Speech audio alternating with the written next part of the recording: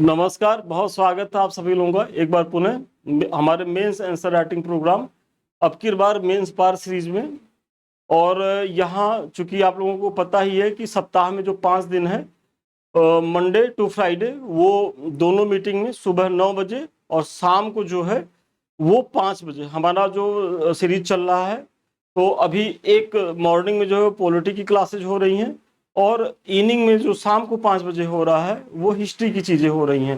तो आप लोग उस समय बने रहिए। और चूंकि मुख्य परीक्षा को लेकर के भी हमारा प्रयास हमेशा रहा है, तो इस सीरीज को भी हम थोड़ा सा पीटी को देखते हुए इसको सीमित किए हुए हैं। और वैसे भी बहुत से क्लासेज करवाए जा चुके हैं, तो आप अगर पीछे नहीं देखें देख लीजिए। और ज़्यादा यदि आपको करना है तो हमारे पेड बैच में भी आप ज्वाइन कर सकते हैं, क्योंकि वहाँ तो आपको अनलिमिटेड जो है फ्रीडम है कि आप कितना जो है क्वेश्चन कर लें। तो ये हमारा जो प्रोग्राम है ये आता है शनिवार को, प्रत्येक शनिवार को। और टाइमिंग क्या है इसकी, तो सुबह 9 बजे और शाम को 5 बजे। तो इस समय तो जो है daily Monday to Friday daily जो है चैनल पे सुबह 9 बजे और शाम को 5 बजे बने रहिए। आप लोगों के परीक्षा से संबंधित, चाहे वो पीटी हो या मुख्य परीक्षा हो, डेली जो है वो संस्थान के द्वारा प्रयास किए जा रहे हैं। और अभी तक बहुत सारे वीडियो डाले भी जा चुके हैं, मेंस के तमाम वीडियो डाले जा चुके हैं सारे सब्जेक्ट के। इसके साथ साथ यूपी स्पेशल की सारी चीज़ें डिटेल से कराई गई हैं।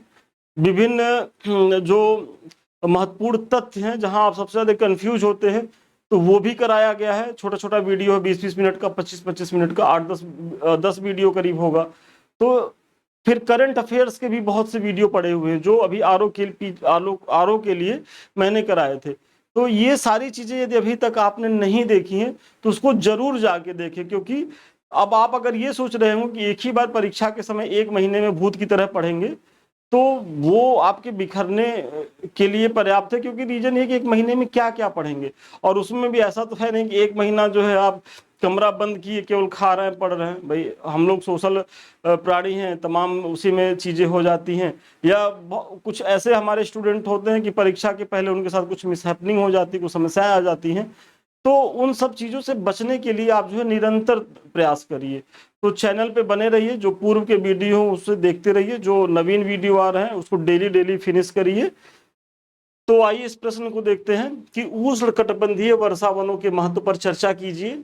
वैश्विक पारिस्थितिकी संतुलन को बनाए रखने में उनकी भूमिका क्या है। मतलब जो उष्णकटिबंधीय वर्षा वन है, पहली बात तो ये बताइए कि इनका महत्व क्या है, और फिर बताना कि वैश्विक पारिस्थितिकी संतुलन को बनाए रखने में कितने उपयोगी हैं। तो 12 अंक का प्रश्न है, आपके ज्योग्राफी से संबंधित ये प्रश्न पेपर 1 से है। तो आइए इसको देखते हैं कैसे करना है।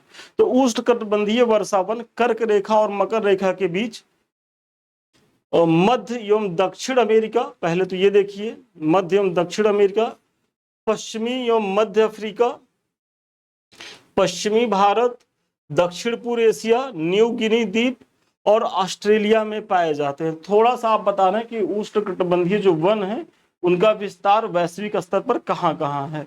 फिर आप बताइए कि उष्णकटिबंधीय वर्षा वन विश्व की कुल भूमि के लगभग 8% भाग को जो है वो कवर करते हैं। वेरी वेरी इंपॉर्टेंट है। मतलब ये इनकी जो भूमिका है उष्णकटिबंधीय वर्षा वनों की, तो वैश्विक स्तर पर 8% की इनकी भागीदारी है। अब देखिए, अब इससे ज्यादा आपको भूमिका लिखनी भी नहीं, क्योंकि इससे ज्यादा अगर आप भूमिका लिखने का मोह पालेंगे तो वो आपके लिए नुकसानदायक होगा। वो कैसे नुकसानदायक होगा कि बाद में आपके जाकर के प्रश्न छूट जाएंगे, क्योंकि आपको 20 प्रश्न करने होते हैं, 3 घंटे में करने होते हैं। तो अगर किसी टॉपिक पे आपको बहुत ज्यादा आ भी रहा है तो बहुत मोह पालने की जरूरत नहीं है। आप हर प्रश्न के लिए एक निश्चित टाइम तय करिए और उसी में टाइम बाउंड रहते हुए जो है आपको मेंस आंसर राइटिंग करनी है। विश्वास मानिए, अगर 4-5 मिनट आप गए, मतलब 3 मिनट तक तो आप कवर कर सकते हैं, लेकिन 3 मिनट से ऊपर अगर आप मतलब उस अंतराल को आपने 3 मिनट से ज्यादा बढ़ा दिया, तो ये तय है कि आपके लास्ट के प्रश्न जो है वो प्रभावित होंगे ही होंगे। तो इसका बहुत ध्यान रखना है मुख्य परीक्षा की आंसर राइटिंग में। उष्णकटिबंधीय वर्षा वनों का महत्व, तो आइए सबसे पहले महत्व इनका क्या है। तो भोजन के लिए इन वनों से विभिन्न प्रकार के खाद्य, उत्पादन जैसे फल, मेवे, सब्जियां तथा जानवरों की प्राप्ति होती है। तो सबसे पहली इनका जो महत्व है वो भोजन में, और भोजन में भी क्या है कि भाई सब्जियां प्राप्त होती है, फल प्राप्त होते हैं, जो ड्राई फ्रूट्स है उनकी प्राप्ति इन वनों से होती है। साथ ही साथ जो जंगली पशुओं मतलब मांस के लिए या पशुपालन के लिए उन पशुओं का भी प्रयोग जो है वो होता है। फिर दूसरा इनका आप देखेंगे तो आर्थिक क्षेत्र में इनका क्या महत्व है, तो कृषि, लकड़ी उद्योग और गैर काष्ठ वन उत्पादों का संग्रह करने वाले उद्योग आदि, मतलब उष्णकटिबंधीय वर्षावन वाले देशों की अर्थव्यवस्था में महत्वपूर्ण योगदान देते हैं। मतलब कृषि के क्षेत्र में, लकड़ी उद्योग में, गैर काष्ठ वन उत्पादों का संग्रह करने वाले जो उद्योग होते हैं इनकी भी प्रधानता कहाँ होती है, तो जो उष्णकटिबंधीय वर्षावन होते हैं, और ये वहाँ की इकोनॉमी के लिए बहुत ही ज्यादा जो है वो फ्रूटफुल होते हैं। इसी तरीके से इनके अतिरिक्त इन वनों में कॉफी, कोको और रबर जैसी आर्थिक रूप से मूल्यवान फसलों का भी उत्पादन होता है। मतलब जो हम अभी कॉफी पीते हैं या रबर है या कोको है, तो इन सबों का उत्पादन भी के एक बड़े केंद्र कौन है, यही उष्णकटिबंधीय वर्षावन है। तो ऐसे में इनका कितना बड़ा महत्व आप समझ सकते हैं। तो भोजन के बाद आपने आर्थिक महत्व बताया, अब आप बताइए सांस्कृतिक महत्व। और देखिए आपको अपना आंसर राइटिंग ऐसे ही करना है, पॉइंट बनाइए और 2-3 लाइन में चीजों को लिखिए और हेडिंग देते हुए। और अब आप कहेंगे कि सर हेडिंग किस पेन से दें, तो एक ही पेन से दीजिएगा, इतना ज्यादा स्कोप नहीं है कि आप दो बार बार पेन बदलेंगे तो वो आपकी स्पीड प्रभावित होगी। बस थोड़ा सा उसको अंडरलाइन कर दीजिए, जैसे सांस्कृतिक महत्व आपने लिखा, अंडरलाइन कर दीजिए। और फिर जो है कि भौतिक वस्तुओं से परे जो उष्णकटिबंधीय वर्षावन है स्थानीय समुदायों के लिए सांस्कृतिक महत्व भी रखते हैं। वेरी इंपॉर्टेंट है। ये वन सांस्कृतिक प्रथाओं, परंपराओं और आध्यात्मिक विश्वासों का अभिन्न है। आज भी जो इन जंगलों में रहने वाली मूलतः जो आदिवासियां हैं उनकी एक अपनी अलग सांस्कृतिक विविधता है, और उनके सांस्कृतिक जीवन का आधार कौन है, यही वर्षावन है। क्योंकि वो देश दुनिया से कटे होते हैं, उनका सब कुछ वही जंगल होता, तो ऐसे में ये सांस्कृतिक विविधता के भी प्रतीक होते हैं। तो आप इनका भी जो है वो बताइएगा। चलिए आगे बढ़ने से पहले ये हमारे कुछ टेस्ट सीरीज बैच चल रहे हैं। एक तो हमारा आरओ है, तो जो बच्चे आरओ को लेकर के सीरियस हैं, क्योंकि आप लोगों की आरओ की जो परीक्षा है वो बहुत उम्मीद है कि आयोग जो है वो नवंबर में कंडक्ट करा ले। तो ऐसी स्थिति में जो है आप यहाँ तो जरूर जुड़े, क्योंकि आपकी कक्षाएं नियमित 12 तारीख से चल रही हैं, और यहाँ आपको डेली टास्क दिया जा रहा है, आप लिख करके दिखा रहे, उसका मूल्यांकन हो रहा, डेली रिवीजन कराया जा रहा है संस्थान के द्वारा। तो ये बेहद फ्रूटफुल बैच है आपके लिए। साथ ही साथ हमारा मेंटरशिप बैच जो वर्ष भर चलता रहता, तो ये पेपर 3 से शुरू हुआ है अभी जल्दी ही 12 तारीख से। तो इसमें भी अभी बहुत टेस्ट छोटे नहीं है आपके, तो आप यहाँ भी जुड़िए। यहाँ क्या होता है कि डेली आपको प्रश्न दिया जाएगा, आप कुछ इस तरीके से लिख करके दिखाएंगे, जो भी कमी रहेगी, यदि आपको आधा एक नंबर भी कटा है तो क्यों कटा है और कैसे आप जो है और ज़्यादा इसे इम्प्रूव कर सकते हैं, वो सारी चीज़ें बताई जाएंगी। और सेम डे ही आपकी कॉपी का मूल्यांकन करने के बाद इस तरीके से मॉडल आंसर दिया जाएगा। और यहाँ क्या है कि आपके जीएस पेपर 1 से लेकर के 6 तक जितनी भी चीज़ें हैं, जितने भी टॉपिक हैं, वो सारे कवर कराए जाएंगे, सारे महत्वपूर्ण प्रश्न कराए जाएंगे, संभावित जो है पीवाईक्यू जो है महत्वपूर्ण वो भी कराए जाएंगे। तो मतलब पूरा कंप्लीट तैयारी यहाँ होगी। और जब आप मुख्य परीक्षा में जाएंगे तो संस्थान का यही प्रयास है कि आप 750 प्लस प्रश्न करके जाइए, ताकि इतने प्रश्नों के प्रैक्टिस करने के बाद आप वहाँ बहुत ही ज़्यादा सहज स्थिति में रहेंगे। और इस बार जो बच्चे हमारे टेस्ट सीरीज से जुड़े थे मुख्य परीक्षा के पहले, तो वो काफ़ी अच्छी स्थिति में इसलिए रह पाए, मतलब उनका प्रश्न नहीं छूटा। प्रश्न चूंकि बहुत सारे प्रश्न संस्थान के ही जो मॉडल आंसर है उनसे मिल गए थे, मतलब कहीं कहीं तो ये एक्यूरेसी जो है वो 80% तक चली गई थी, और मतलब किसी भी पेपर में 65% से नीचे तो नहीं आई थी। तो 65% से लेकर के 80% तक की चीज़ें जो है वो हमारे इसी मेंस बैच से हो जा रही थी। और चूंकि डेली प्रैक्टिस करने से क्या है कि एक स्पीड भी बनी रहती है, एक निरंतरता भी बनी रहती है, तो वो सारी चीज़ें जो है बहुत ज़्यादा उपयोगी रही उन बच्चों के साथ। तो आप लोग भी इससे जुड़िए, इसका लाभ उठाइए, क्योंकि यहाँ जो है इतने प्रश्न करके आप जाएंगे तो मुख्य परीक्षा में एक तरीके से बहुत अच्छी स्थिति में रहने वाले हैं। तो अब उष्णकटिबंधीय जो वर्षा वन है उनका जो अगला महत्व है वो मनोरंजन के क्षेत्र में या पर्यटन में।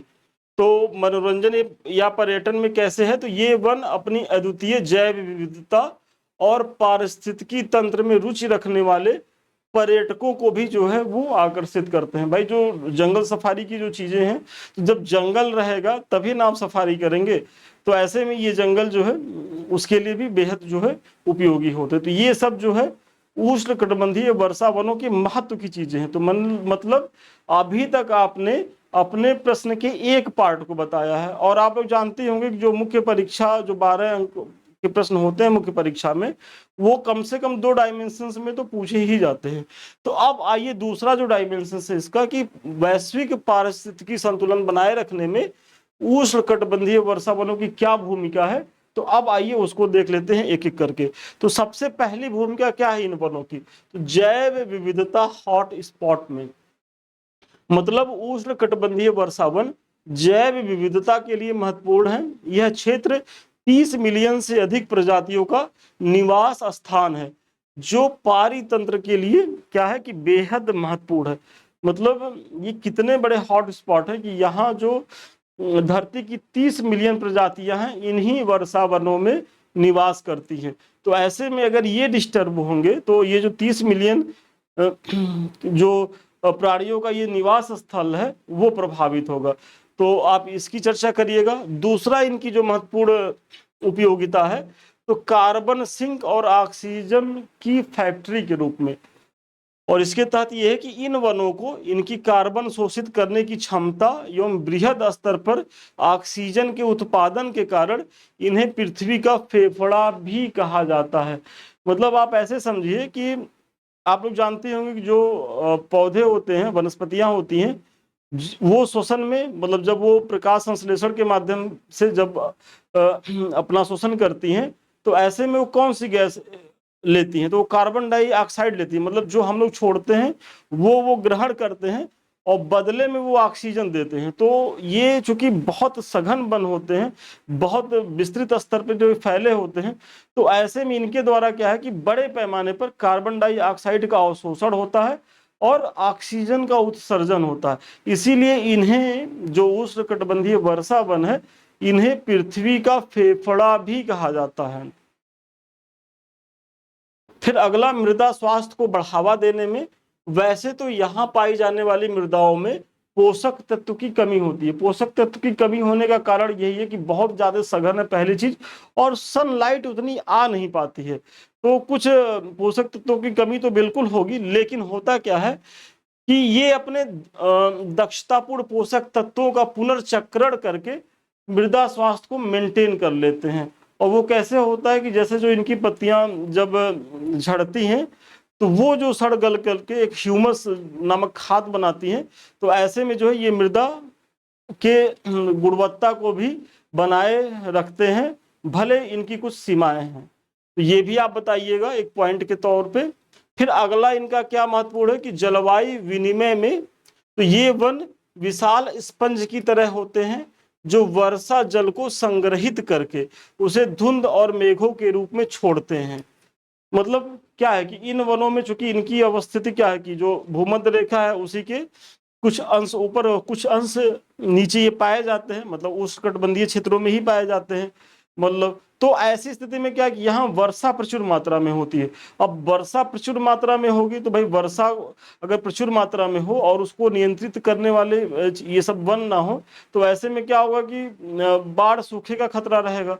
तो ये ऐसी स्थिति में जब वर्षा बहुत ज्यादा होती है तो वर्षा को ये होल्ड करते हैं, मतलब उसे अवशोषित करते हैं वर्षा जल को, और जब वर्षा की चीजें कम होती हैं और तो उसको जो है रिलीज करते हैं। तो ऐसी स्थिति में पुनः वर्षा होता है।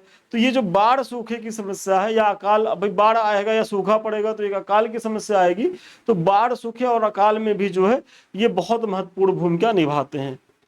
तो वही है कि ये वन विशाल स्पंज की तरह होते हैं जो वर्षा जल को संग्रहित करके उसे धुंध और मेघों के रूप में छोड़ते हैं, जिसके द्वारा नदियों एवं झीलों में जल की आपूर्ति बनी रहती है तथा सूखे, बाढ़ एवं अकाल से जो है चीजें रक्षा होती है। तो ये भी आप बताइएगा। फिर इस प्रकार कहा जा सकता है कि उष्णकटिबंधीय वर्षावन एक महत्वपूर्ण पारिस्थितिकी तंत्र है। हालांकि जलवायु परिवर्तन और मानव द्वारा संसाधनों के अंधाधुंध एवं अति दोहन के कारण वर्तमान में ये गंभीर संकट का सामना कर रहे हैं। मतलब जो उष्णकटिबंधीय जो वर्षावन है, तो अब आप देख ही रहे होंगे कि जो मानव है उनकी आबादी निरंतर बढ़ती जा रही है और ये हर जगह पहुंच गए हैं। मतलब पर्वत, पहाड़, नदी, झरने, तालाब, कहीं भी आप जाएंगे तो मानव वहां पहुंच गया है। तो ऐसी स्थिति में इन वनों पे संकट का छाया मंडरा रहा। और एक सर्वे के अनुसार जो अमेजन वर्षा वन है, जो उष्णकटिबंधीय वर्षा वन के ही उदाहरण है, तो वहां जो है इनका क्षेत्रफल घटता जा रहा है। और सोचिए कि अगर हमारा पृथ्वी एक शरीर है, उसमें फेफड़ा मतलब जो श्वसन तंत्र को संचालित करा, अगर यही प्रभावित होगा तो पारिस्थितिकी तंत्र मतलब उस शरीर के लिए कितना नुकसानदायक है। फिर तो एक समय के बाद शरीर ही कोलैप्स कर जाएगी।